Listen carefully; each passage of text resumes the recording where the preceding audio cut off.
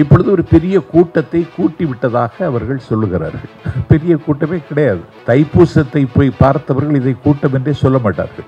திருச்செந்தூரில் நடக்கிற சூரசம்காரத்தை போய் நேரடியாக பார்த்தவர்கள் இதை கூட்டம் என்று சொல்ல மாட்டார்கள். இது கூட்டம் அல்ல, இது ஒரு கும்பல். அவர்களுடைய நோக்கமே ஒரு கும்பல் கலாச்சாரத்தை இந்த நாட்டில் உருவாக்குவதுதான்.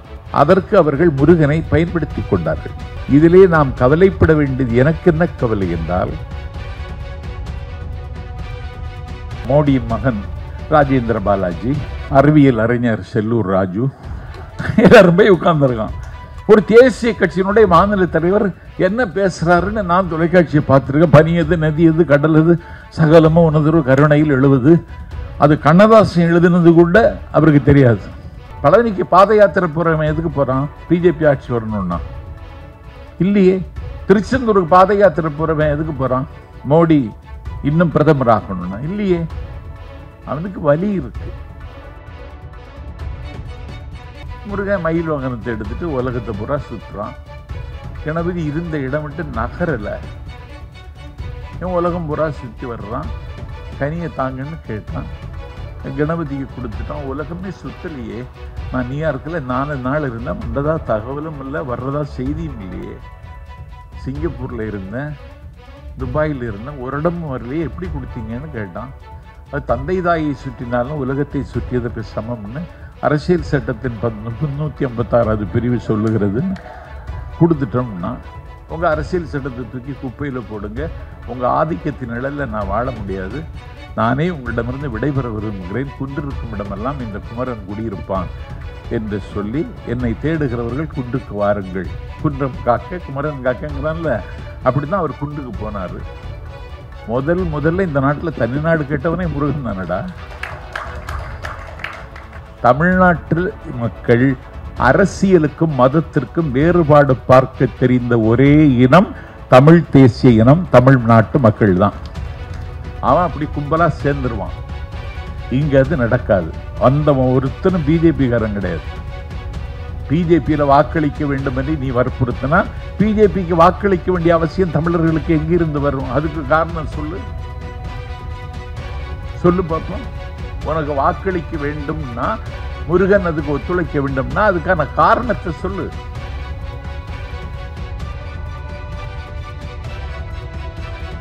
(2026) அச்சுறுத்தும் மதவாத அரசியல் சூழ்ச்சி என்ற ஒரு கருத்தரங்கை நடத்த வேண்டிய நிலைமைக்கு நாம் ஆளாகி இருப்பதே என்னை கேட்டால் ஒரு பின்னடைவை நோக்கி நாம் நகருகிறோமா என்ற கவலையைத்தான் தருகிறது. ஒரு வெகுஜன மக்களிடம் கொண்டு செல்ல வேண்டியதை ஒரு அரங்கத்தில் நாம் பந்தி வைக்கிறோம். இன்றைக்கு மேடை தமிழுக்கு ஒரு பின்னடைவும் தேக்கமும் ஏற்பட்டிருப்பதை தமிழ்நாட்டின் மேடைகளை அலங்கரிக்கிற நான் கண்கூடாக காணுகிறேன். இவ்வளவு நேரம் நீங்கள் இருந்ததே உங்களுடைய வைராக்கியத்தை தான் காட்டுகிறது. 6 மணிக்கு கூட்டம் என்று 4 மணிக்கு ஆட்களை உட்கார வைத்து விடுகிறார்கள். 6 மணிக்கு என்ற கூட்டம் 7 மணிக்கு முடிந்து விடுகிறது. உட்கார்ந்திருக்கிறவர் எழுந்து போகாமலே அப்படியே இருக்கிறார்கள். ஒலிபெருக்கி அமைப்பாளர் சொல்லுகிறார், கூட்டம் முடிந்து விட்டது, ஏன் போகாமல் இருக்கிறீர்கள் என்று கேட்டபொழுது அவர்கள் சொன்னார்கள், அடுத்த கூட்டத்திற்கும் எங்களைத்தான் புக் செய்திருக்கிறார்கள் என்று. சிரிப்பதற்காக சொல்லவில்லை. தமிழ்நாடு அப்படி ஒரு சூழலில் இன்றைக்கு சிக்கி தவிக்கிறது. அதற்கு காரணம்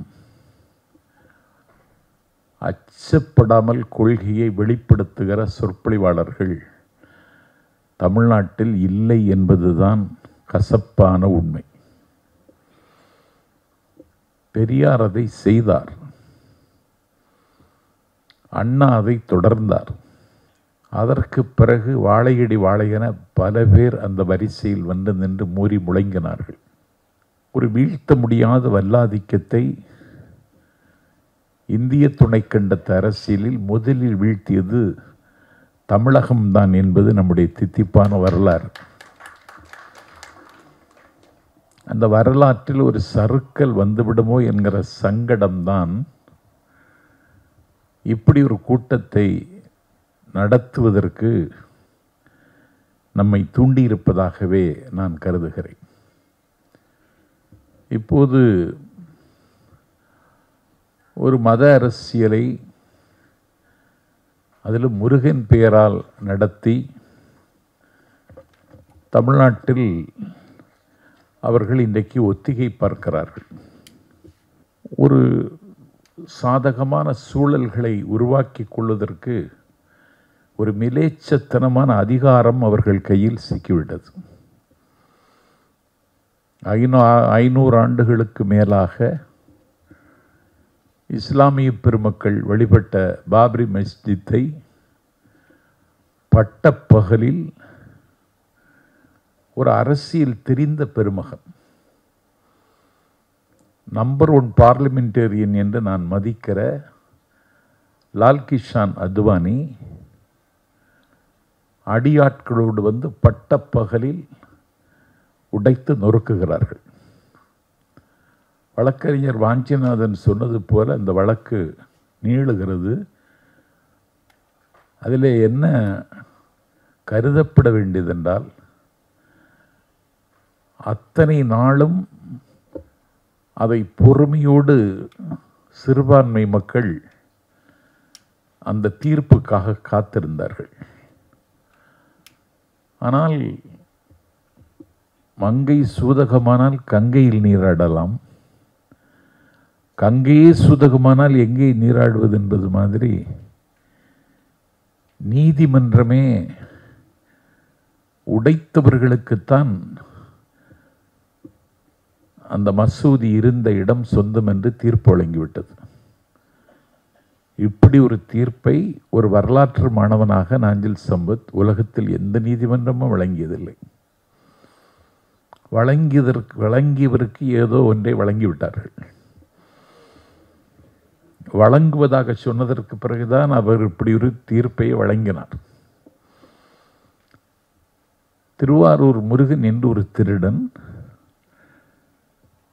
திருச்சிராப்பள்ளி லலிதா ஜுவல்லரியில் நடுநிசியில் உடைத்து ஜுவல்லரிக்குள்ளே போய் நகை திருட ஆரம்பித்து விட்டான்.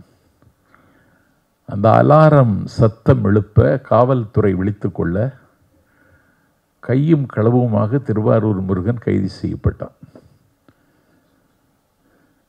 அவனை கூண்டிலேற்றி அவனை சிறையில் அடைத்து விட்டார்கள். அவன் சிறைச்சாலையில் இருக்கிற சக கைதிகளிடம் ரொம்ப மகிழ்ச்சியாக சொல்லுகிறானாம், என்றைக்காவது ஒரு நாள் திருவாரூர் ஜுவல்லரி எனக்குத்தான் சொந்தமாகும் என்று.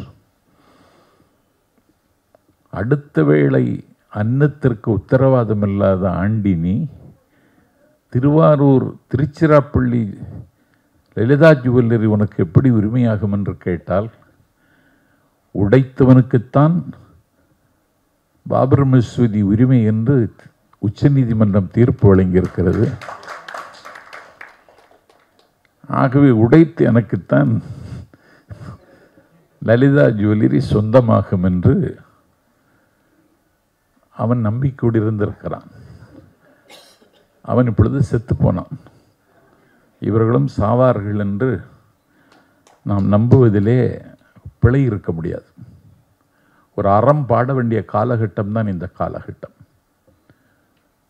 ஒரு மதம் அபினி என்று சொன்னார் கார்ல் மார்க்ஸ்.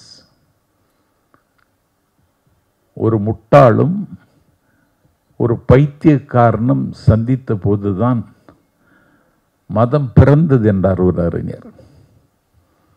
அறிஞர் பெருந்தகை அண்ணா அவர்கள் இறை உணர்வு என்பது வேறு, மத உணர்வு என்பது வேறு. ஒரு இறை உணர்வு மத உணர்வு என்று பார்த்தால், இறை உணர்வு அச்சத்திலிருந்து வெளிப்படுவது. மத உணர்வு என்பது ஆதிக்கத்திலிருந்து வெளிப்படுவது. இந்த இறை நம்பிக்கை உள்ளவர்கள் தங்களை வருத்திக் கொள்வார்கள். ஆனால் மத உணர்வு கொள்ளவர்கள் அடுத்தவர்களை வதை செய்வார்கள். அதுதான் சரித்திரத்தின் எல்லா பக்கங்களிலும் நமக்கு கிடைக்கக்கூடிய செய்திகள். அச்சம் என்னும் அஸ்திவாரத்தில் எழுப்பப்பட்ட ஆகாய கோட்டை மதம் என்றான் பெர்ட்ரண்ட் ரஸ்ஸல். மதம் தவிர்க்க முடியாத மாயை என்றான் ரெனான். மதவெறி மனிதநேயத்தின் எதிரி. மக்களின் பகுத்தறிவை மங்கச் செய்து பார்வையை பழுதாக்கிவிடும். மது வெறி கூட செய்ய துணியாத ஒன்றை மதவெறி செய்துவிடும். அதற்கு வரலாற்றில் ஏராளமான ஆதாரங்கள். மது போதை சிறிது நேரத்தில் தெளிந்துவிடும்.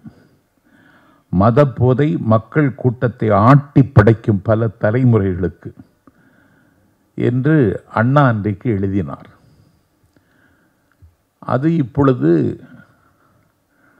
பெரியார் பிறந்த மண்ணில் ஊடுருவதற்கு அதிகாரத்தின் துணை கொண்டு வருகிறது. அதிகாரம் அதற்கு அவர்களுக்கு பயன்படுகிறது. ஒரு கூச்ச உணர்வோ குற்ற உணர்வோ இல்லாமல் அதை நடைமுறைப்படுத்துவதற்கு அவர்கள் எத்தனிக்கிறார்கள். அதற்கு முருகன் பெயரை பயன்படுத்துகிறார்கள். ஏற்கனவே அறநிலையத்துறையின் சார்பில் 3 நாள் முத்தமிழ் முருகன் மகாநாடு மதுரையிலே நடந்து முடிந்துவிட்டது. முருகனே இப்பொழுது வெட்கப்படுகிறான். இவர்கள் கையில் போய் சிக்கி நாமல்லவா சின்னாபின்னமாகி வருகிறோம் என்று. அந்த மகாநாட்டில் எனக்கொன்றும் அந்த சமய இலக்கியங்களை ஒருவாறு வாசிக்கிறவன் நான். ஏனென்றால் அதுவும் இந்த மண்ணோடும் மக்களோடும் ஐக்கியமாகி இருக்கிறது. முருக வழிபாடு என்பது ஒரு 12,000 ஆண்டு கால தொன்மை உள்ளது. முருக வழிபாடு தோற்றம் வந்த காலத்தில் சிவன் கிடையாது, பிரம்மா கிடையாது, விஷ்ணு கிடையாது, கணபதி கிடையாது. சேயோன் மேய உலகம் என்று தொல்காப்பியம் வரையறை செய்கிறது. உலகம் அழகாக இருக்கிறது. பச்சைமா மலைபோல் மேனி என்றார் ஒரு ஆழ்வார். மனிதன் முதலில் மலையும் மலை சார்ந்த இடத்திலும் தான் பிறந்தான். மலை அழகாக இருக்கிறது, பச்சை மலை. அதன் உச்சியிலிருந்து ஓடி ஒழுகுகிற வெள்ளி அருவி. அந்த மலையிலே துள்ளி ஓடக்கூடிய புள்ளி மான்கள். அந்த மலையிலே புள்ளி கலாபம் விரித்து ஆடுகிற மயில்கள். மரத்திற்கு மரம் தாவுகிற குரங்குகள். பாடி பறக்கின்ற பட்டாம்பூச்சிகள். தவளை சத்தங்கள், ஆனை சாத்தானுடைய குரல்கள் என்று மலையில் ஒரு இயற்கை தன்னுடைய நாட்டியத்தை நிகழ்த்தி கொண்டிருக்கிறது. அந்த மலையிலே பிறந்தவன், முதலில் பிறந்தவன் தமிழன். இந்த மலை இவ்வளவு அழகாக இருக்குமானால் இந்த மலையை படைத்த மகேசன் இவ்வளவு அழகாக இருப்பான் என்று அழகான ஒரு சித்திரத்திற்கு உருவம் கொடுத்துத்தான் முதலில் வழிபடத் தொடங்கினார்கள். சுயமரியாதை இயக்கத்தின் தாய் என்று கொண்டாடப்படக்கூடிய தமிழ்த்தென்றல் திருவிக்கா அவர்கள் முருகன் அல்லது அழகு என்றொரு புத்தகம் எழுதியிருக்கிறார்கள். அந்த மாநாட்டில் பங்கேற்றவர்களுக்கோ அதிலே பேசியவர்களுக்கோ தமிழ்த்தென்றல் திருவிக்கா இப்படி ஒரு புத்தகம் எழுதியிருக்கிறாருங்கிற விவரம் தெரியாது. ஏனென்றால் அவர்களுக்கு திருவிக்காவே தெரியாது. அதிலே திருவி கல்யாண சுந்தரனார் அவர்தான் சேக்கிழாரினுடைய பெரிய புராணத்தை முதலில் பதிப்பித்தவர். அவர் அதிலே ஆய்வு நோக்கோடு அதை எழுதியிருக்கிறார். ஆகவே முருகனை வழிபடுவது என்பது இயற்கையை வழிபடுவது. இயற்கையோடு இசைந்த வாழ்க்கை தமிழர்களின் வாழ்க்கை. அதற்கு ஒரு வடிவமாக அந்த முருகனை தமிழர்கள் வழிபட்டார்கள். காலம் தோலுரிக்க தோலுரிக்க புராணங்களும் இதிகாசங்களும் கட்டு கதைகளும் கட்டவிழ்த்து விடப்பட்டு முருகனுக்கு அப்பன் சிவனாகி, அம்மா பார்வதியாகி, அண்ணன் கணபதியாகி, முருகன் என்ன ஆனான்? சுப்பிரமணியனாகி, பாலசுப்பிரமணியனாகி, நம்முடைய நெறியாளர் சொன்னது மாதிரி கார்த்திகேயனாகி, இப்படி முருகன் பல அவதாரங்கள் எடுக்க வேண்டிய அளவுக்கு ஒரு காலம் அதை கொண்டு வந்து நிறுத்துகிறது. இருக்கிற கடவுளையே முருகனை தமிழர்கள் கொண்டாடுவதற்கு காரணம் என்ன என்று ஆய்ந்து பார்த்தால், ஒரு முத்தமிழையும் வைதாரையும் வாழ வைப்பான் முருகன் என்று அருணகிரிநாதர் ஒரு இடத்தில் குறிப்பிடுகிறார். இப்பொழுது ஒரு பெரிய கூட்டத்தை கூட்டி விட்டதாக அவர்கள் சொல்லுகிறார்கள். பெரிய கூட்டமே கிடையாது. தைப்பூசத்தை போய் பார்த்தவர்கள் இதை கூட்டம் என்றே சொல்ல மாட்டார்கள். திருச்செந்தூரில் நடக்கிற சூரசம்காரத்தை போய் நேரடியாக பார்த்தவர்கள் இதை கூட்டம் என்று சொல்ல மாட்டார்கள். இது கூட்டம் அல்ல, இது ஒரு கும்பல். அவர்களுடைய நோக்கமே ஒரு கும்பல் கலாச்சாரத்தை இந்த நாட்டில் உருவாக்குவதுதான். அதற்கு அவர்கள் முருகனை பயன்படுத்தி கொண்டார்கள். இதிலே நாம் கவலைப்பட வேண்டியது, எனக்கு என்ன கவலை என்றால், அதிலே யாராவது முருகனை பற்றி பேசியிருக்கலாம். முருகனை பற்றி யாருமே பேசவில்லை. முருகன் ஒரு காவலாளி மாதிரி அவனை அலட்சியப்படுத்தி விட்டார்கள். 10 பாட்டில் முதல் பாட்டு திருமுருகாற்றுப்படை நக்கீரர் எழுதியது. எங்கள் சாகாவரம் பெற்ற சங்க இலக்கியத்தினுடைய முதல் பாட்டை திருமுருகாற்றுப்படை. அதை பற்றி யாருமே சொல்லல. திருமுருகாற்றுப்படையில் ஒரு அருவி ஒழுகி வருவதை பற்றி நக்கீரர் அவ்வளவு அழகாக சொல்லியிருப்பார். அதை எதை பற்றியுமே அவங்க சொல்லல. ஒரு பகழிக்கூத்தர் என்று ஒருவருக்கு வயிற்று நோய். அவர் திருச்செந்தூருக்கு வருகிறார். செந்தில்வேலனிடம் வேண்டுகிறார். அவருக்கு வயிற்று வலி தீர்ந்து விடுகிறது. உங்களுக்கும் எனக்கு நம்பிக்கை இருக்கிறதா என்பது இரண்டாவது. அவர்கள் தளத்தில் நின்று நாம் யோசிக்கிற பொழுது பகழிக்கூத்தருடைய வயிற்று வலி தீர்ந்து விட்டது. அதற்கு அவர் என்ன செய்கிறார்? முருகனுக்கு நன்றி தெரிவித்து திருச்செந்தூர் முருகன் பிள்ளைத்தமிழ் என்று சொல்லி ஒரு பாடலை பாடியிருக்கிறார். பிள்ளைத்தமிழ் இலக்கியங்கள் பெரியாழ்வார் தொடங்கி வைத்தார் என்று சொன்னாலும் திருச்செந்தூர் முருகன் பிள்ளைத்தமிழுக்கு ஒரு மதிப்பு இந்த மண்ணில் இருந்தது. அதை அந்த மாநாட்டில் பேசுகிறவர்கள் யாராவது சொல்வார்களா என்று பார்த்தால் பேசியவர்கள் எல்லாம் பிள்ளைகளாகவே இருந்து விட்டார்கள். அதே திருச்செந்தூர் முருகனிடத்திலே குமரகுருபரர் வருகிறார். அவர் வாய் பேச முடியாத ஊமை. அவர் எனக்கு வாய் பேசுகிற வல்லமை வேண்டும் என்று இறைஞ்சுகிறார். வாய் பேசுகிற வல்லமை கிடைத்ததற்கு பிறகு கந்தர் கலிவெண்பா எழுதினார். அதற்கு பிறகு மீனாட்சி அம்மை பிள்ளைத்தமிழ் என்று தமிழ் இலக்கியத்தில் இருக்கிற பிள்ளைத்தமிழிலேயே அழகும் ஆழமும் செறிவும் நிறைந்த பிள்ளைத்தமிழ் மீனாட்சி அம்மை பிள்ளைத்தமிழ். அவர் என்ன செய்கிறார்? மீனாட்சி அம்மைக்கு பிள்ளைத்தமிழ் பாடியவர் புள்ளிருக்கும் வேலூர் வைத்தீஸ்வரன் கோவில். அங்கு ஒரு முருகன் இருக்கிறான். தமிழ்நாட்டில் இருக்கிற முருகன்லே அழகான முருகன் அந்த முருகன் தான். அந்த முருகன் மீது முத்துக்குமார சுவாமி பிள்ளைத்தமிழ் என்று பிள்ளைத்தமிழ் பாடினார். அதை கூட அவர்கள் பதிவு செய்யவில்லை. அஷ்ட பிரபந்தங்களை இயற்றியவர் குமரகுருபரர். அதை இவர்கள் சுட்டவில்லை. இந்த நாட்டில் வள்ளலார் அவர் மதம் எனும் பேய் பிடியாதிருக்க வேண்டும் என்று நம்முடைய கந்தக்கோட்டம், சென்னை கந்தக்கோட்டத்தில் இருக்கிற முருகனிடத்தில் வேண்டுகிறார்.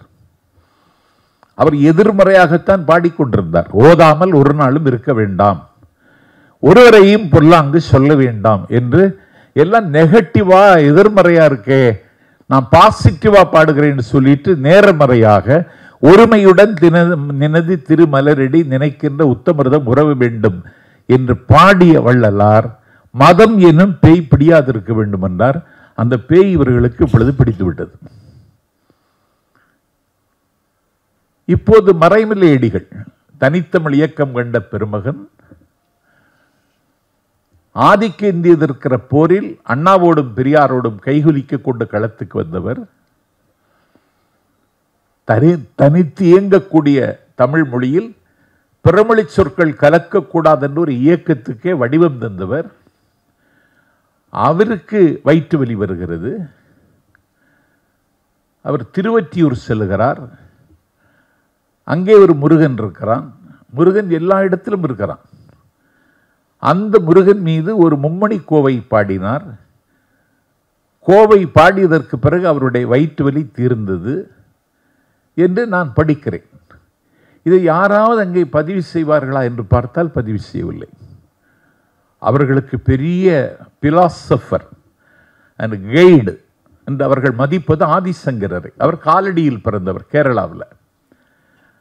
அவர் இந்த இந்தியா முழுவதும் காலடியாகவே நடந்தார். 6 சமயங்கள் இருந்தது. 6 சமயங்களை ஒருங்கிணைத்தவர் அவர்தான்.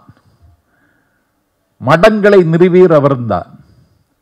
அந்த ஆதிசங்கரருக்கு கர்நாடகத்தில் இருக்கும் பொழுது அங்கே ஒரு சிவத்தலத்தில் அவருக்கு காசம், டியூபர்குலோசிஸ் வந்தது. அவர் அங்கே சிவபெருமானை வேண்டுகிறார். சிவபெருமான் அவருக்கு, உனக்கு இந்த டிசீஸ் தீரணும்னா நீ திருச்செந்தூருக்கு போன்னு சொல்லி சிவபெருமானை வழிகாட்ட அவர் திருச்செந்தூருக்கு வருகிறார். திருச்செந்தூர் முருகனை கும்பிடுகிறார். பன்னீர் இலை பிரசாதம் வாங்கி பூசிக்கொள்கிறார். அவருக்கு நோய் தீர்ந்ததற்கு நன்றி உணர்ச்சியாக சுப்பிரமணிய புஜங்கம் என்று ஒரு கிரந்தத்தை பாடுகிறார். பஜகோவிந்தம் பாடிய ஆதிசங்கரர், லலிதா சகசரநாமம் பாடிய ஆதிசங்கரர், கனகதாரா சூஸ்திரம் பாடிய ஆதிசங்கரர் சுப்பிரமணிய புஜங்கம் திருச்செந்தூரில் வந்து பாடினார் என்றால் 6 சமயங்களை இணைத்த ஆதிசங்கரருக்கே எங்கள் தமிழ் கடவுள் முருகன் தான் நோய் தீர்த்தான் என்பது எங்கள் வரலாறுனாலும் சொல்லியிருக்க வேணாம். இவனுக்கு சுப்பிரமணிய புஜங்கம்னாலே என்னன்னு தெரியாது. என்ன அநியாயம் இது?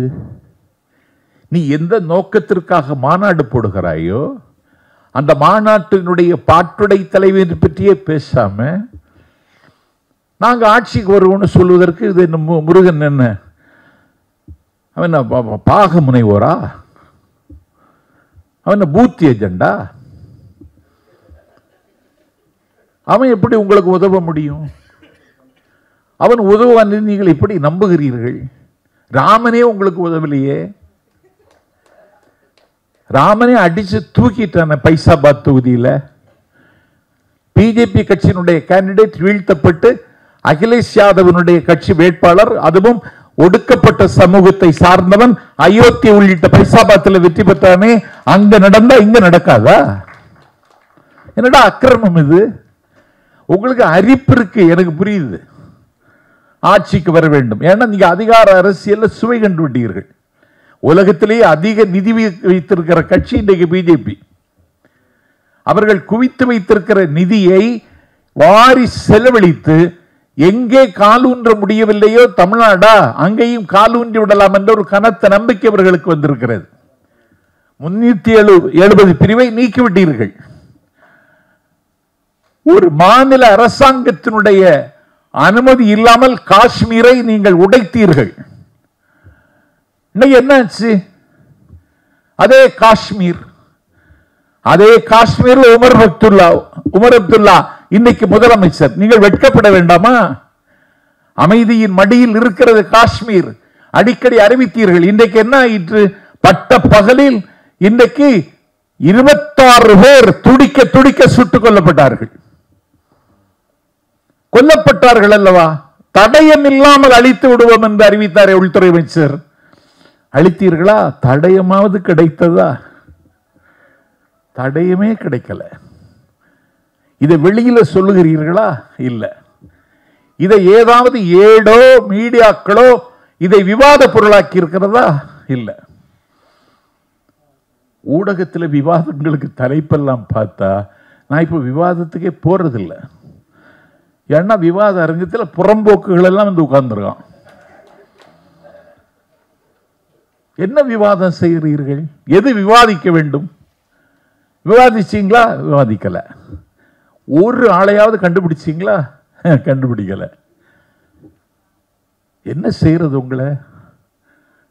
அப்ப நீங்க right to differ, right to criticise, எந்த விமர்சனத்தையும் எதிர்கொள்ள நீங்க தயாரில்லை. சிக்கந்தர் மலைன்னு வழக்கறிஞர் சொன்னாரே, சிக்கந்தர் மலை தான். பரம்கிரி, திருப்பரங்குன்றத்திற்கு பழைய பேர் பரம்கிரி. கிரினா மலை. அது முருகனுடைய ஸ்தலமும் கிடையாது. இல்ல, அந்த ஸ்தலம் அப்படின்னு பார்த்தா அது சிவத்தலம். தமிழ்நாட்டில் இருக்கின்ற பாடல் பெற்ற திருத்தலங்கள்ல திருப்பரங்குன்றமும் ஒன்று. அதுல முருகன் அதிலே முதன்மைப்படுத்தப்படுகிறார். அதே தப்பு. என்ன கேட்டா, சிவனைத்தான் அங்கே முதல்ல உச்சரிக்கணும். இப்ப அப்படி சில கோவில்களில் வந்துருச்சு. திருவேற்காடு கருமாரிங்கிறாங்க. திருவேற்காடு கருமாரியம்மன் கோவில் அல்ல, அது சிவத்தலம், பாடல் பெற்ற திருத்தலம். அதுல கொண்டு போய் கருமாரியம்மன் நிறுத்திட்டாங்க. இப்படி நிறைய செய்ய ஆரம்பிச்சுட்டாங்க. மக்களுக்கும் ஏக்கம் இருக்கு, மக்களுக்கு பசி இருக்கு, மக்களுக்கு வலி இருக்கு. எல்கேஜி அட்மிஷனே கிடைக்குமான்னு தான் போறான் சில பேர். பழனிக்கு பாத யாத்திரை போறவன் எதுக்கு போறான்? பிஜேபி ஆட்சி வரணும்னா இல்லையே. திருச்செந்தூருக்கு பாத யாத்திரை போறவன் எதுக்கு போறான்? மோடி இன்னும் பிரதமர் ஆகணும்னா இல்லையே. அவனுக்கு வலி இருக்கு, அவன் வலிக்கு ஒரு நிவாரணம் தேடுறான். அவனுடைய பெயின், அவனுடைய வலிக்கு ஒரு ஆறுதல் அவனுக்கு தேவைப்படுகிறது. மத நல்லிணக்கம் தான் இந்த மண்ணினுடைய மாண்பு. அதைத்தான் அவர் மதுரையில் ஒரு அமைப்பாக வைத்து நிறுவுகிறோம்னாரு. லட்சக்கணக்கான மக்கள் வர்றாங்க பழனிக்கு. தாராபுரம் என்கிற இடத்துல ஒரு இஸ்லாமிய தோழர் அன்வர், பாய் வியாபாரம், அவரும் பாய் தான், வியாபாரமும் பாய் தான். 65 பிளக் பாயிண்ட் வைத்திருக்கிறார். 65 பிளக் பாயிண்ட் வச்சுட்டு அந்த பாய் வியாபாரம் செய்கிற அந்த அன்வர் ஒன்றே குலம் என்று பாடுவோம் ஒரு பாடல் வரி எழுதி வச்சுட்டு பாத யாத்திரை வருகின்ற முருக பக்தர்கள் இந்த 65 பிளக் பாயிண்டையும் எப்போதும் பயன்படுத்தி கொள்ளலாம் என்று சொல்லி யாத்திரையாக வருகிற பக்தர்கள் அந்த பிளக் பாயிண்டில் பயன்படுத்துகிறார்கள். இதுதான் இந்த மண்ணுக்கு இப்பொழுது தேவை. இவன் மத நல்லிணக்கத்தை கெடுக்கணும்னு நினைக்கிறான். கெடுத்த ஜெயிச்சிடலாம்னு நினைக்கிறான். ஜெயிக்க முடியாது. ஒரு மௌடிக அரசியல் நடத்திய ரோம சாம்ராஜ்யம் ஒரு நாள் வீழ்ந்தது. இது வரலாறு. நீங்களும் வீழுவீர்கள். நீங்கள் எந்த உயரத்திற்கு போனாலும் ஒரு நாள் வீழ வேண்டியது வந்தே தீரும். இது வரலாறு நமக்கு சொல்லுகிற பாடம். அன்னைக்கே மதத்தின் பேரால் செய்தாங்க. உலகத்தையே தன்னுடைய காலடிக்குள் கொண்டு வந்த மாவீரன் அலெக்சாண்டர், அந்த மாமன்னனுக்கு ஒரு கனவு இருந்தது. அவன் அலெக்சாண்ட்ரியா என்கிற இடத்தில் ஒரு மிகப்பெரிய நூலகத்தையும் பல்கலைக்கழகத்தையும் நிறுவ வேண்டும் என்று ஆசைப்பட்டான். அவன் மறைந்து போனான். அந்த மன்னர் மறைந்ததற்கு பிறகு மதியூகிகள் மன்னனுடைய ஆசையை நிறைவேற்ற வேண்டும் என்று கருதி 5 லட்சம் நூல்களை கொண்ட ஒரு நூலகமும் ஒரு பல்கலைக்கழகத்தை நிறுவினார்கள். கிறிஸ்துவுக்கு பின்னால் 340 அந்த பல்கலைக்கழகம் மதவாதிகளால் அன்றைக்கு சூறையாடப்பட்டது, தீக்கிரையாக்கப்பட்டது. இது அன்றைக்கும் நடந்தது. அதுவாவது கற்காலம், நாகரிகம் அரும்பாத காலம், விழிப்புணர்வு வராத காலம் என்று நாம் சிரித்துக் கொள்ளலாம். இன்றைக்கு விழிப்புணர்வு வந்திருக்கிறது. இன்றைக்கு கண்டம் விட்டு கண்டம் தாவது எளிதாகிவிட்டது. ஏர் இந்தியா விமானத்தை தவிர எந்த விமானத்திலும் ஏறலாம். எளிதாகி போய்விட்டது. உலகம் இன்றைக்கு உள்ளங்கையில் வந்து விட்டது. நீ ஏன் இதை இன்னும் பேசிட்டு இருக்க? அவனுக்கு என்ன தேவை? இந்த நாட்டில் ஒரு மத நல்லிணக்கம் இந்த மண்ணினுடைய மாண்பாக இருந்தது, அடையாளமாகவும் இருந்தது. திருவரங்கம் என்று சொல்லக்கூடிய அந்த வைணவர்களினுடைய தலைநகரமே திருவரங்கம் தான், திருப்பதி கிடையாது. அந்த திருவரங்கத்தில் துலுக்க நாச்சியாருக்கு ஒரு சந்நிதி இருக்கிறது. சபரிமலைக்கு போகிற பக்தன் பேட்டை துள்ளி பாபரை கும்பிட்டு தான் சபரிமலைக்கு போறான். திக்கெல்லாம் புகழுகிற திருநெல்வேலி சீமையில் நின்ற சீர் நெடுமாறன் அரங்கத்தில் தமிழ்த்தென்றல் திருவிக்கா உரையாற்றி கொண்டிருக்கிறார். அவர் உரையாற்றுகிறார் என்று பத்திரிகை செய்தியை படித்துவிட்டு எங்கள் நாகர்கோவில் நகரத்தில் இருந்து கோட்டாறு சதாவதானி செய்குதம்பி பாவலர் ஒரே நேரத்தில் 100 அதிசயங்களை நிகழ்த்துவார். ஒரு பூவை எடுத்து அவர் கண்ணை மூடுவார். ஒரு பூவை எடுத்து நீங்க எறிந்தா எத்தனை பூ என்பதை அவர் கண்ணை மூடிட்டே சொல்லிடுவார். நாம் என்ன நினைக்கிறோம் என்பதை அவர் சொல்லிடுவார். அப்படி ஒரு ஆற்றல்.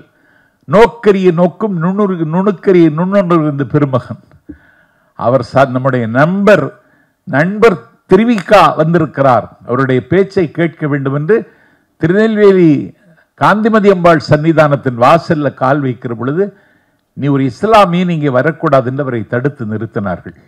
அவர் தடுத்து நிறுத்தப்பட்டார் என்ற செய்தி கிடைத்த மாத்திரத்தில் மேடையில் இருந்த திருவிக்கா தன்னுடைய துண்டை உதறி தோளில் போட்டு கொண்டு மேடையில் பேச்சை நிறுத்திவிட்டு எழுந்து வெளிநடப்பு செய்தார். யாருக்காக? சதாவதானி செய்குதம்பிக்காக, அந்த நட்புக்காக. காலம் மாறுகிறது. அதே திருநெல்வேலியில் நின்ற சீர் நெடுமாறன் அரங்கத்தில் சதாவதானி செய்குதம்பி பாவலரே ஒரு நாள் இஸ்லாமும் சைவ சித்தாந்தமும் என்ற தலைப்பில் பேசினார். அப்படி பேசி பக்குவப்பட்ட மண் இந்த மண். வள்ளலாருடைய திருவுருட்பாவை மருட்பா என்று சொன்னது யார்? யார்? யாழ்ப்பாணத்தினுடைய ஆறுமுக நாவலர். அவர் யார்? ஹிந்து. உங்க மொழிப்படி அவரு மருட்பான்னு சொல்லிட்டார். ஆறுமுக நாவலர் அவர் பெரிய தமிழ் ஸ்காலர். நான் அவரை வாசிச்சிருக்கேன், நான் பிரமிச்சிருக்கேன் அவருக்கு எழுத்து படிச்சு. அவரே மருட்பான்னு சொல்லிட்டார். அவர் மருட்பா என்று சொன்னதற்கு பிறகு அவை அருட்பா என்று நிறுவியது யார் என்றால் கோட்டாறு சதாவதானி செய்குதம்பி பாவலர் என்கிற இஸ்லாமியன். இதானடா இந்த மண்ணு. இதை ஏன் எப்படி கெடுக்க பாக்குற நீ?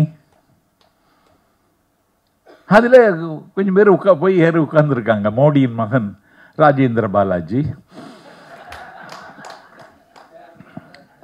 அறிவியல் அறிஞர் செல்லூர் ராஜு, எல்லாரும் போய் உட்கார்ந்துருக்கான்.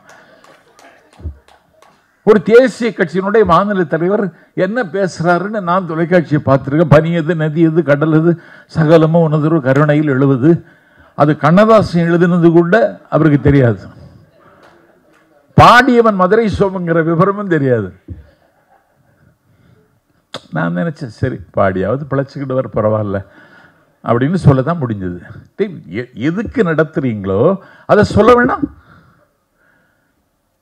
அருணகிரிநாதர்னு ஒரு ஆள் இருந்தாரு திருவண்ணாமலை. அவருக்கு கொஞ்சம் பலவீனம். அவரு உண்ட உணவின் கொழுப்புகளை பிறரோடு கூடி தனித்துக் கொள்ள வேண்டும் என்கிற தன்னிச்சையிலேயே இயங்கினார். கொஞ்சம் பலவீனப்பட்டவர். பலவீனம் எல்லாருக்கும் இருக்கும், அதில் தப்பு இல்லை. அப்படி ஒரு நாள் நடுநிசி நள்ளிரவு வீட்டுக்கு வரும் பொழுது எங்கடா போனேன் அப்படின்னு அவருடைய தமக்கை கேட்ட உடனே அவர் அதிர்ச்சி அடைந்து நிற்கிறார். கண்ட கண்ட பெண்களோடு உறவு கொள்வதும் உல்லாசம் அனுபவித வாழ்க்கைன்னு நினைச்சிட்டா, நீ என்னையும் அனுபவிச்சுக்கணும் அக்கா சொல்லிட்டா. அவருக்கு சுயமரியாதை வந்துச்சு. மலையின் உச்சியிலேருந்து குதிச்சிட்டாரு. தற்கொலை பண்ணுக்கு முயற்சி. இது வழக்கு போட வேண்டிய கேஸ். இது குதிச்சிட்டாரு. முருகன் வந்து காப்பாற்றிட்டான். முருகன் அப்போ ஃப்ரீ அண்ட் ஃபேராக இருந்தான். எந்த கட்டுக்காவலும் அவனுக்கு கிடையாது. நீ என்னை பற்றி பாடு, ஏன் இப்படி தற்கொலை பண்ணாலும் இப்படி இருக்கு, எனக்கு ஒரு பிரச்சனை, அதெல்லாம் போயிடலாம், நீ என்னை பற்றி பாடுன்னாரு. பாட தெரியாதுன்னா. பாடறியேன், படிப்பறியேன், பள்ளிக்கூடம் நான் அறியேன், ஏடறியேன், எழுத்தறியேன், அறிவொளி இயக்கத்தில் கூட சேரல, நீ என்ன பாடுன்னா நான் எப்படி பாடணும்? ஓம் என்கிற பிரணவ மந்திரத்தை வேலா வச்சு எழுதிட்டார். அதனால் சந்த திருப்புகள் பாடினார். தமிழுக்கே அது ஒரு பெரிய கொடை. அதை யாரும் பின்பற்றி எழுத முடியலை. கவிஞர் தணிகை செல்வன் ஒரு 2 ஆட்கள் 2 பாட்டு பாடியிருக்காங்க. அந்த நட்டையே வராது, அடிச்சு நொறுக்குகிறார். எல்லா இடமும் போய் பாடுறார். கடல் தாண்டி கதிர்காமம் வரைக்கும் போய் பாடுகிறார். அவர் பாடுகிறார். அவர் எல்லா நோய்க்கும் அதில் மருந்து சொல்லுகிறார், எல்லா வினைக்கும் தீர்வு சொல்லுகிறார். அதையாவது சொன்னீங்களா?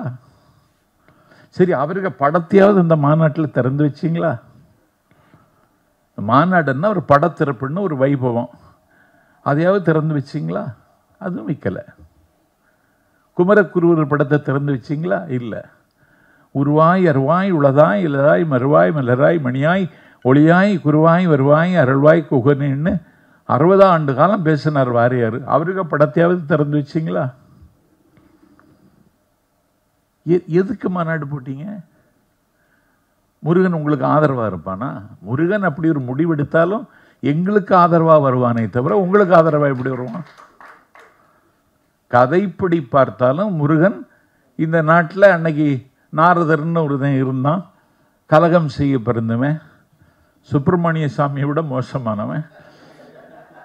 அவர் மாங்கனியை கொண்டு சிவபெருமான்கிட்ட கொடுக்குறான். உடனே சிவனுக்கு முடிவெடுக்க முடியல. அம்பாள்கிட்ட கேட்குறான், யார்கிட்ட கொடுக்கறது? கணபதிகிட்ட கொடுக்கறதா முருகன்கிட்ட கொடுக்கறதான்னு. நீங்கள் எதுக்கும் உலகத்தையமாக சுற்றி வர்றானோ அவனுக்கு கொடு அப்படின்னு அந்த அம்மா சொல்லுது. முருகன் மயில் வாகனத்தை எடுத்துகிட்டு உலகத்தை பூரா சுற்றுறான். கணபதி இருந்த இடம் விட்டு நகரலை. இவன் உலகம் பூரா சுற்றி வர்றான். கனியை தாங்கன்னு கேட்டான், கணபதிக்கு கொடுத்துட்டான். உலகமே சுற்றலையே, நான் நியூயார்க்கில் 4 நாள் இருந்தேன், வந்ததா தகவலும் இல்லை, வர்றதா செய்தியும் இல்லையே. சிங்கப்பூரில் இருந்தேன், துபாயில் இருந்தேன், ஒரு இடமும் வரலையே, எப்படி கொடுத்தீங்கன்னு கேட்டான். அது தந்தை தாயை சுற்றினாலும் உலகத்தை சுற்றியதற்கு சமம்னு அரசியல் சட்டத்தின் 356வது பிரிவு சொல்லுகிறது. கொடுத்துட்டோம்னா உங்கள் அரசியல் சட்டத்தை தூக்கி குப்பையில் போடுங்க, உங்கள் ஆதிக்கத்தின் நிழலில் நான் வாழ முடியாது, நானே உங்களிடமிருந்து விடைபெற விரும்புகிறேன், குன்றிருக்கும் இடமெல்லாம் இந்த குமரன் குடியிருப்பான் என்று சொல்லி என்னை தேடுகிறவர்கள் குன்றுக்கு வாருங்கள், குன்றம் காக்க குமரன் காக்கங்கிறான்ல, அப்படி தான் அவர் குன்றுக்கு போனார். முதல்ல இந்த நாட்டில் தனிநாடு கேட்டவனே முருகன் தானடா. அவன் எப்படி உங்களை ஒத்துக்கிடுவான்? உங்களுக்கு யாருக்காவது முருகன் கதை தெரியுமா? உங்களுக்கு எவனுக்காவது வரலாறு தெரியுமா? கந்த சஷ்டி கவசத்தை பாடுறான்னு சொன்னா அவனுக்கு வலிக்காக பாடுறான். பக்தியை தாண்டி அவனுக்கு நோய் இருக்கு.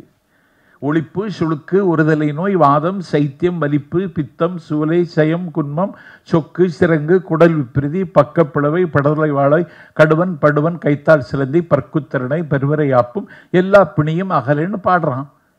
எல்லா பிணியும் நம்ம ஆளு வாங்கி வச்சுட்டு தான் இருக்கான். அதுக்காக தான் பாடுறான். இதை போய் நீ கூட்டமாக இருந்து எதுக்கு பாடுற? நீ உனக்கு என்ன வந்துச்சு? இந்த நாட்டில் எவ்வளவு இருக்கு பேசுறதுக்கு? எதையும் பேசாம தமிழ்நாட்டு அரசியலில் பேச எவ்வளவு இருக்கு? எதையும் பேசாம முருகனை பற்றி பேசி ஒரு டைவர்ட் பண்ணலாம், திசை திருப்பி விடலான்னு நினைக்கிறியே. தமிழர்கள் அவ்வளவு பலவீனமானவர்களா? ராமனை பெரியார் செருப்பால் அடித்தார் சேலத்தில் என்ற செய்தி வந்த பிறகுதான் 1971 திமுக 184 இடங்கள் வென்றது. இதுதான் வரலாறு. ஒன்று மட்டும் புரிந்து கொள்ளுங்கள், தமிழ்நாட்டில் மக்கள் அரசியலுக்கும் மதத்திற்கும் வேறுபாடு பார்க்க தெரிந்த ஒரே இனம் தமிழ் தேசிய இனம், தமிழ்நாட்டு மக்கள் தான். அவன் அப்படி கும்பலாக சேர்ந்துருவான். இங்கே அது நடக்காது. வந்தவன் ஒருத்தனும் பிஜேபிக்காரன் கிடையாது. பிஜேபியில் வாக்களிக்க வேண்டும் என்று நீ வற்புறுத்தினா பிஜேபிக்கு வாக்களிக்க வேண்டிய அவசியம் தமிழர்களுக்கு எங்கிருந்து வரும்? அதுக்கு காரணம் சொல்லு பார்ப்போம். உனக்கு வாக்களிக்க வேண்டும்னா, முருகன் அதுக்கு ஒத்துழைக்க வேண்டும்னா அதுக்கான காரணத்தை சொல்லு. நீ எங்க கொண்டு விட்டுருக்க? நாடு நாடா போயிட்டு இருக்காரு பிரதமர். காசா மலை எரிந்து கொண்டிருக்கிறது. காசா மலையின் மீது குண்டுகள் விழுந்து கொண்டிருக்கின்றன. இந்த நாட்டில் இதை பேசுறியா நீ? இந்தியாவின் நிலைப்பாடு என்ன? அதை பற்றி கவலைப்படுறியா நீ? என்ன அக்கிரமம் இது? இந்திரா காந்தி பிரதமர், அன்னைக்கு அண்ணா தமிழ்நாட்டின் முதலமைச்சர். 8ஆம் தேதி டெல்லி சென்ற நாஞ்சிலார் 9ஆம் தேதி திரும்பி வருகிறார். நுங்கம்பாக்கத்தில் அண்ணா வீட்டுக்கு போகிறார். அண்ணா வீட்டு கொல்லையில் இருந்த கிணற்றில் தண்ணீரை தானே மொண்டு தானே குளிக்கிறார். டவல் எடுத்து தொடச்சிட்டு வீட்டுக்குள்ளே வர்றார். நாஞ்சிலாரும் பன்மொழி புலவர் லத்தீப் சாஹிப்பும் வீட்டு வாசலில் நிற்கிறாங்க. அண்ணாவுக்கு கண்கள் சிவக்கிறது. நேற்றைக்கு தானே டெல்லிக்கு போனேன், இன்னைக்கு திரும்ப வந்திருக்க என்னன்னு கேட்டுட்டார் அண்ணா. ஒன்றும் இல்லைண்ணா, இஸ்ரேலுக்கு ஒரு தூதுக்குழு போகுது இந்தியாவில் இருந்து, அதில் திமுக இடம்பெற வேண்டுமான்னு இந்திரா காந்தி அம்மா கேட்டாங்க. இடம் பெறுவதாக இருந்தால் அதில் யாரை அனுப்புவது அப்படின்னு இந்திரா காந்தி கேட்க சொன்னாங்க. உங்கள்கிட்ட கேட்டுட்டு போகலான்னு வந்தேன்னு சொன்னார். முக்கியமான பிரச்சனை. அண்ணா சொன்னார், கண்ணியத்திற்குரிய காகித மில்லத் இஸ்மாயில் சாஹிப் எம்பி, அவர் மெம்பர் ஆஃப் பார்லமெண்ட், அவர் டெல்லியில் தானே இருக்கார். ஆமாம், இதை நீ அவர்கிட்டே கேட்டிருக்கலாமே, என்கிட்ட கேட்க எதுக்கு வரணும்? நமக்கு இஸ்மாயில் சாஹிப் முக்கியமா இஸ்ரேல் முக்கியமானு கேட்டார் அண்ணா. நன்றாக கேளுங்கள், இதுதான் அரசியல். நமக்கு இஸ்மாயில் சாஹிப் முக்கியமா இஸ்ரேல் முக்கியமானு கேட்டார். எரிந்து கொண்டிருக்கிறது. இன்னைக்கு ஆப்கானிஸ்தான் அங்கீகரிச்சுட்டானே ரஷ்யா. எத்தனை நாளைக்கு மதவரியை வச்சு நீ அரசியல் செய்ய முடியும்? உன்னுடைய நிலைப்பாடு என்ன? நீ ஊர் ஊரா போற, கானா நாட்டுக்கு போறான், யாரும் போக மாட்டாங்க. அந்த நாட்டின் உயர்ந்த விருதை வாங்கிட்டு வரான். எல்லா நாட்டிலும் உயர்ந்த விருதை கொடுத்துடுறாங்க. ரூபா கொடுத்து வாங்குறானான்னு தெரியல எனக்கு. இது என்ன நோய் இது? நாட்டு மக்களினுடைய வரிப்பணத்தில் மஞ்சள் குளித்து ஒரு பிரதமர் ஊரெல்லாம் உலகமெல்லாம் சுத்துறார். எல்லா நாடும் போயிட்டார். இப்போ பிரைவேட் செக்ரட்டரி கேட்குறார், நீ ஏதாவது நாடு இருக்கான்னு. அவன் சொல்கிறான், சுடுகாடு இருக்கு. சரி போங்க. இதுவா முக்கியம்?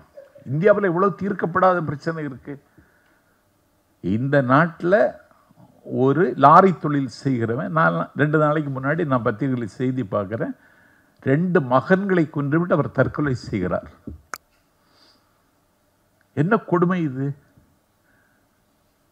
25 லட்சம் சிறு குறு தொழில் நிறுவனங்கள் இன்றைக்கு இந்தியாவில் மூடப்பட்டிருக்கின்றன. இதை யாராவது பேசுறியா? முருகண்ட இதை கோரிக்கை வச்சியா? நீ மக்கள் பிரச்சனை பேசாம ஏன் இப்படி அந்நியமாவே சிந்திக்கிறீங்க? உங்களுக்கு இது பழக்கம். இதை வச்சே நீங்க வேடிக்கை காட்டி இந்தியாவில் ஜெயிச்சிட்டீங்க, இன்னும் ஜெயிக்கலான்னு நினைக்கிறீங்க. காலம் அதை அனுமதிக்காது. எவ்வளவு பிரச்சனை இருக்கு, எவ்வளவு வலி இருக்கு. இந்த நாட்டில் ஒரு டயாலிசிஸ் சென்டர் இல்லை. சிறுநீரகத்தால் பாதிக்கப்பட்டவன் 6000 ரூபாய் கொடுத்து தனியார் மருத்துவமனையில் டயாலிசிஸ் செய்வதற்கு சக்தி உள்ளவனாக இருக்கிறானா? இல்லையே. சரி, பட்டம் என்கிற பிச்சை பாத்திரத்தை வாங்கி வைத்துக் கொண்டு வீதியில் நிற்கிறவர்கள் வேலைக்கு ஏதாவது உத்தரவாதம் இருக்கிறதா? என் காலடிக்கு கீழே காணாமல் போன காலங்களை கீழடியில் கண்டுபிடித்து விட்டோம் என்கிற பெருமிதத்தில் இருந்தா அந்த அகழ் ஆராய்வை அற்புதமாக செய்து அறிவியல் ரீதியாக நிரூபித்திருக்கக்கூடிய அமர்நாத்தை இந்த நாட்டில் நீ எங்கேயோ தூக்கி அனுப்பிட்டு இன்னைக்கு அறிவியல் ரீதியான ஆதாரம் தான் கேட்கிறியே. நீ வெளிநாட்டில் இருந்து தமிழ்நாட்டுக்கு வருகிற பொழுதே ராமர் பாலத்தை பார்த்துட்டு வரேன்னு பேசுறிய. நீ அப்படி ஒரு பாலம் இருக்கா? அறிவியல் ரீதியாக அது உண்மையா? எவ்வளவு எவ்வளவு எவ்வளவு எவ்வளவு திமிர்த்தனமான பேச்சு. எதையாவது நீங்கள் அறிவியலை ஒத்துக்கொள்கிறீர்களா? கலவரம் செய்து காலித்தனம் செய்து மக்களுடைய கவனத்தை திசை திருப்பி வறுமையிலும் வெறுமையிலும் இருக்கிற மக்களை கேடயமாக பயன்படுத்தி இந்த நாட்டினுடைய சமூக அமைதியை கெடுத்து குட்டிச்சுவராக்குவதை தவிர உங்களுக்கு வேற என்ன நோக்கம் இருக்கு? குஜராத்தில் மரியம் பீவியினுடைய குடிசைக்கு வந்து விட்டார்கள் கலகக்காரர்கள். 18 வயசு பையன் முடமாகி போனவன். இந்த 18 வயசு பையனை தூக்கிட்டு ஓடி தப்பிக்க வழி தெரியல. அந்த 18 வயசு பையன் சொல்றான், அம்மா நான் முடமாகி போனவன், என்னை அவர்கள் பார்த்தால் விட்டு விடுவார்கள், எனக்கு ஒன்றும் ஆகாது, நீங்கள் ஓடி தப்பித்துக் கொள்ளுங்கள். 18 வயதான மரியம் பீவியினுடைய மகன் சொல்றான். சரி, இவனை ஒன்றும் செய்ய மாட்டார்கள் என்று நம்பி அவள் தப்பித்து போக எத்தனிக்கிறாள். அடுத்த மறு நொடியில் ரசாயனங்களையும் தீக்கங்குகளையும் தூக்கி வீசி அந்த 18 வயது முடமாகி போன பையனை மரியம் பீவிக்கு முன்னால துடிக்க துடிக்க கொண்டீர்களே. இதுதானே நேற்றைக்கு செய்தீர்கள். இது நாளைக்கும் தமிழ்நாட்டில் செய்யலாம்னு நீங்க ஒத்திகை பார்க்கிறீங்க. நாங்க கொஞ்சம் அமைதியா இருக்கோம். அமைதியாக இருக்கிறது மாதிரி தெரியும் உனக்கு. இது புயலுக்கு பின்னால் இருக்கிற அமைதி என்பதை புரிந்து கொள்ளுங்கள். அதனால இதை நான் வெளிப்படுத்தி ஆக வேண்டும். நான் வாஞ்சிநாதனுக்கு என்னுடைய வணக்கத்தை தெரிவித்துக் கொள்கிறேன். ஏன்னா சொல்ல முடியாததை நீங்கள் சொல்லுகிறீர்கள். இதை சொல்லுகிற இடத்துலையும் நான் இல்லை, அதுதான் எனக்கு இருக்கிற பிரச்சனை. நீங்கள் சொல்லுகிறீர்கள், நாங்கள் இதை உள்வாங்கிக் கொள்கிறோம். ஆகவே ஒரு மிகப்பெரிய ஆபத்து. அவர்கள் எதையும் செய்வார்கள், எந்த அக்கிரமத்தையும் அவர்கள் செய்வதற்கு கூச்சப்பட மாட்டார்கள். அவர்களுடைய நோக்கம் ஒரே மொழி, ஒரே நாடு, ஒரே கலாச்சாரம், ஒரே ரேஷன் கார்டு என்கிற அகண்ட பாரதத்தை நோக்கி அவர்கள் சிறகுகளை விரிக்கிறார்கள். இந்தியா ஒரு நாடே கிடையாது. India could not be considered as a nation என்று எங்கள் தலைவன் TM நாயர் 1915 சொல்லி வச்சுட்டு போயிட்டான். இது நாடு கிடையாது. நாடாக இணைத்து கொண்டோம், நாங்களும் ஏற்றுக்கொண்டோம். இல்லை, எங்களுக்கு ஒன்றும் பிரச்சனை இல்லை. நீ என்னை ஏற்றுக்கொண்டால் உன்னை ஏற்றுக்கொள்கிறேன். நீ என்னை ஏற்றுக்கொள்ளாவிட்டால் உன்னை ஏற்றுக்கொள்வதை பற்றி யோசிக்கிற தலைமுறை நாஞ்சில் சம்பத்திற்கு முடியாவிட்டாலும் எனக்கு அடுத்த தலைமுறை அதை செய்யும் என்று நான் நம்புகிறேன். அதுதான் தமிழ்நாடு. தமிழ்நாட்டுக்குன்னு ஒரு குணம் இருக்கு. முருகன் வழிபாடு 12,000 சங்க காலத்துக்கு முன்னாடி இருந்தே இருக்கு. பரிபாடல்ல இருக்கு, புறநானூரில் இருக்கு, ஏன் சிலப்பதிகாரத்திலே இருக்கு. இதை வச்சுட்டு ஒரு அரசியல் செய்வது என்பது அயோக்கியத்தனத்தினுடைய உச்சம். ஏதோ 4 பாட்டு சொல்லி பொருளாவது சொன்னீங்களா? அதுவும் இல்லை. நாளன் செய்யும் மனைதான் என் செய்யும், ஒரு கந்தர் அலங்கார பாட்டை சொன்னீங்களா? அதுவும் இல்லை. உங்களுக்கு ஒண்ணுமே தெரியாது. நீங்க எல்லாம் காலி குடுவைகள். நீங்கள் கலவரத்தை விரும்புகிறவர்கள், வன்முறை வாழ்வியலாக கொண்டவர்கள். இந்திய அரசியலில் நீங்கள் ஆபத்தான பேரவழிகள், நீங்கள் அப்புறப்படுத்தப்பட வேண்டியவர்கள். திரிபுராவில் ஜெயிச்சது நீங்க ஜெயிச்சதா? ஆதிவாசி பழங்குடிகள் படுகிற பாடு என்ன சொன்னாரே. இன்னைக்கு ஸ்டேன் சாமியினுடைய நினைவு நாள் என்று அவர் தொழுநோய் மக்களுக்கு, மலைவாழ் மக்களுக்கு தொண்டூழியம் செய்வதற்காக போனவர். அவர் என்ன குற்றம் செய்தார்? அவரை அன்லாஃபுல் ஆக்டிவிட்டீஸில் கைது செய்கிறீர்கள், சிறையில் அடைக்கிறீர்கள். அவர் சட்டப்படி கைது செய்யப்பட்டு விட்டார். ஜாமீன் கேட்கிறோம், தந்தீங்களா? தருவதற்காவது யோசித்தீர்களா? சரி, பக்கவாதம் வந்துவிட்டு, ஸ்ட்ரோக் வந்து விட்டது, அதுக்கப்புறமாவது தர்றீங்களா? அவர் சிறுநீர் பெய்கிறார், அப்புறப்படுத்த ஆள் இல்லை. மலம் கழிக்கிறார், சுத்தம் செய்ய ஆள் இல்லை. ஒரு அவுன்ஸ் தண்ணீரை வலது கரத்தில் ஏந்தி குடிப்பதற்கு கையில் வலிமை இல்லை. இனி அவரை சிறைச்சாலையில் வைத்திருக்க வேண்டிய தேவை இருக்கா? அப்பொழுதாவது நீங்க விடுதலை தந்தீர்களா? தரலையே. ஜாமீன் தந்தீங்களா? தரலையே. உங்களுடைய கொலை பட்டியலை வச்சு பேசினா அந்த இரத்த அத்தியாயங்களை ஒரு 20 மணி நேரம் பேசலாம். அவ்வளவு இருக்கு. பேச வேண்டிய காலம் வரத்தான் செய்யும், பேசத்தான் செய்வோம். நாங்கள் ஒதுங்கி விட மாட்டோம்.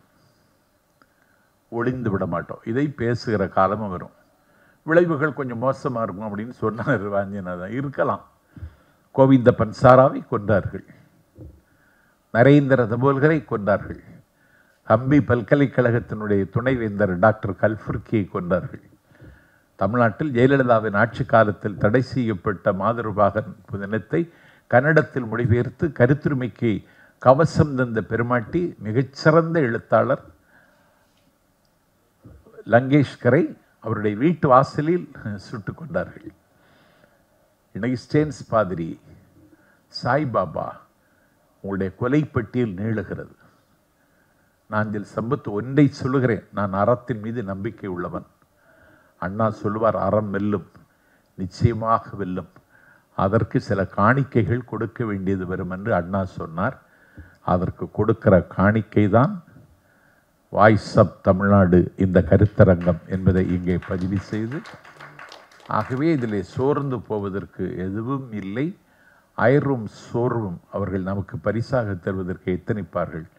அதையும் கடந்து பயணிக்க வேண்டிய கட்டாயத்திற்கு தமிழ்நாடு நம்மிடத்திலே நிரம்ப எதிர்பார்க்கிறது என்று சொல்லி வாய்ஸ் ஆஃப் தமிழ்நாடுக்கு, அதற்கு விளம்பரம் தந்து உதவி இருக்கின்ற யூடியூப் ரூட்டஸ் தம்பி மைனருக்கு, அரண்சி அமைப்புக்கு என்னுடைய நன்றிகளை தெரிவித்து, இதை ஒருமைப்படுத்தி இருக்கின்ற ஒழுங்குபடுத்தி இருக்கின்ற அண்ணன் வெல்ராஜனுக்கு, நான் கன்னியாகுமரியிலிருந்து வர்றேன், நீ வா என்று உரிமையோடு அழைத்த என் அண்ணன் வெல்ராஜனுக்கும் நன்றி சொல்லி, இன்னும் நான் பேசி கொண்டிருப்பது ஆரோக்கியமாக இருக்காது என்று கருதி விருப்பமில்லாமல் விடைபெறுகிறேன். நன்றி, வணக்கம்.